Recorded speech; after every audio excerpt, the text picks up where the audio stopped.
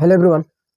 তো আশা করি আপনারা সবাই ভালো আছেন। আজকে আবার একটি নতুন ভিডিওতে আমরা যে নবোদয় এন্ট্রান্স এক্সামের যে সরল অঙ্কের যে প্রশ্নগুলি আসবে সেই প্রশ্নগুলির অনুযায়ী আজকে আমরা একটি গুরুত্বপূর্ণ প্রশ্ন সমাধান করব। তো দেখে নিন এই প্রশ্নটি। তো যদি এই ভিডিওটি দেখে নিন তো তাহলে যে কোনো প্রশ্নই সরল অঙ্কের যে কোনো প্রশ্ন আসলে সমাধান করতে পারবেন। তো প্রশ্নটি হচ্ছে যে এরকম প্রশ্ন পরীক্ষার মধ্যে আসে। তো প্রশ্নটি হচ্ছে 1 নম্বর প্রশ্ন, 15/8 divided by 12 to the 6/12 into 14/36 এই হচ্ছে প্রশ্ন। তো এইরকম প্রশ্ন পরীক্ষার মধ্যে আসে।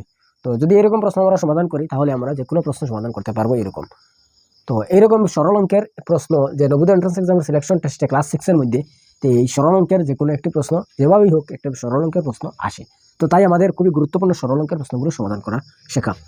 তো এটি হচ্ছে যে 15/8 এবং 12/6 ইন্টু 36/14 অর্থাৎ 8/15 ডিভাইডেড বাই 6/12 ইন্টু 14/36। তো এটি আমরা সমাধান করবো। প্রথমে আমরা দেখতে পাচ্ছি এখানে এই ভগ্নাংশের পরে এই ভগ্নাংশের মধ্যখানে ভাগ চিহ্ন রয়েছে।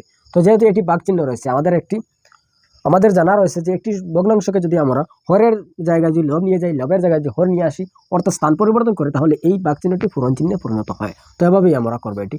তো 8/15 ইন্টু এখানে রয়েছে 12, এটি উপরে যাবে, 6 নিচে আসবে, এখানে ব্র্যাকেট আসবে হবে কারণ এটির কাজ এখানে আমরা যেই ভাগের কাজটা এখানে করেছি তাই এখানে এই ব্র্যাকেট চিহ্ন দিয়েছি ইন্টু 14/36।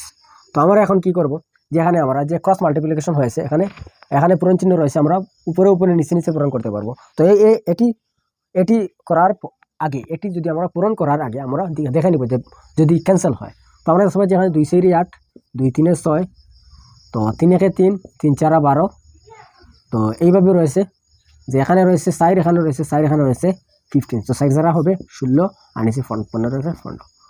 তো এভাবেই হবে। তো ইন্টু 14 ডিভাইডেড বাই 36। তো আমরা এখন আবার ভাগের এখানে পূরণ চিহ্ন রয়েছে, তো উপরে নিচে আমরা পূরণ করতে পারি। তো এর আগে আমরা ক্রস মাল্টিপ্লিকেশন অর্থাৎ যে ক্যান্সেল যদি আমরা করতে পারি তাহলে আমরা ক্যান্সেল করব।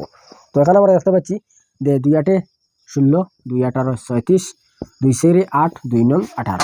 তো আমরা দেখা পাচ্ছি নিচে হয়েছে 15, 9 রয়েছে, 14 রয়েছে, 4 রয়েছে। তো এখানে আমরা দেখতে পাচ্ছি আর কোনো সংখ্যা ভাগ যাবে না, অর্থাৎ উপরে হবে 4 ইন্টু 14 আর নিচে হবে 15 ইন্টু 9। তো এটি আমরা পূরণ করব।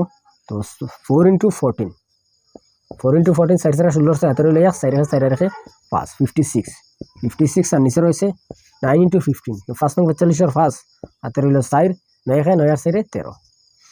তো এখানে রয়েছে 135। এই হচ্ছে ভগ্নাংশ, এই হচ্ছে সঠিক উত্তর। তো এইভাবে আমরা যে এরকম যদি প্রশ্ন পরীক্ষার মধ্যে আসে তাহলে এইভাবে আমরা সমাধান করতে পারবো। তো আশা করি আমরা বুঝতে পেরেছি। যদি ভিডিওটি ভালো লাগে তাহলে ভিডিওটি লাইক করবেন, শেয়ার করে বেশি করে অন্যদেরকে দেখার সুযোগ করে দিবেন, সাথে এই চ্যানেলটিকে সাবস্ক্রাইব করে রাখবেন এবং যদি ফেসবুক পেজ দেখুন তাহলে ফেসবুকের পেজটা ফলো করে রাখবেন। দেখা হবে পরের ভিডিওতে। তো ভিডিওটি পুরো দেখার জন্য আপনাকে অনেক ধন্যবাদ। Thank you for watching. Thank you.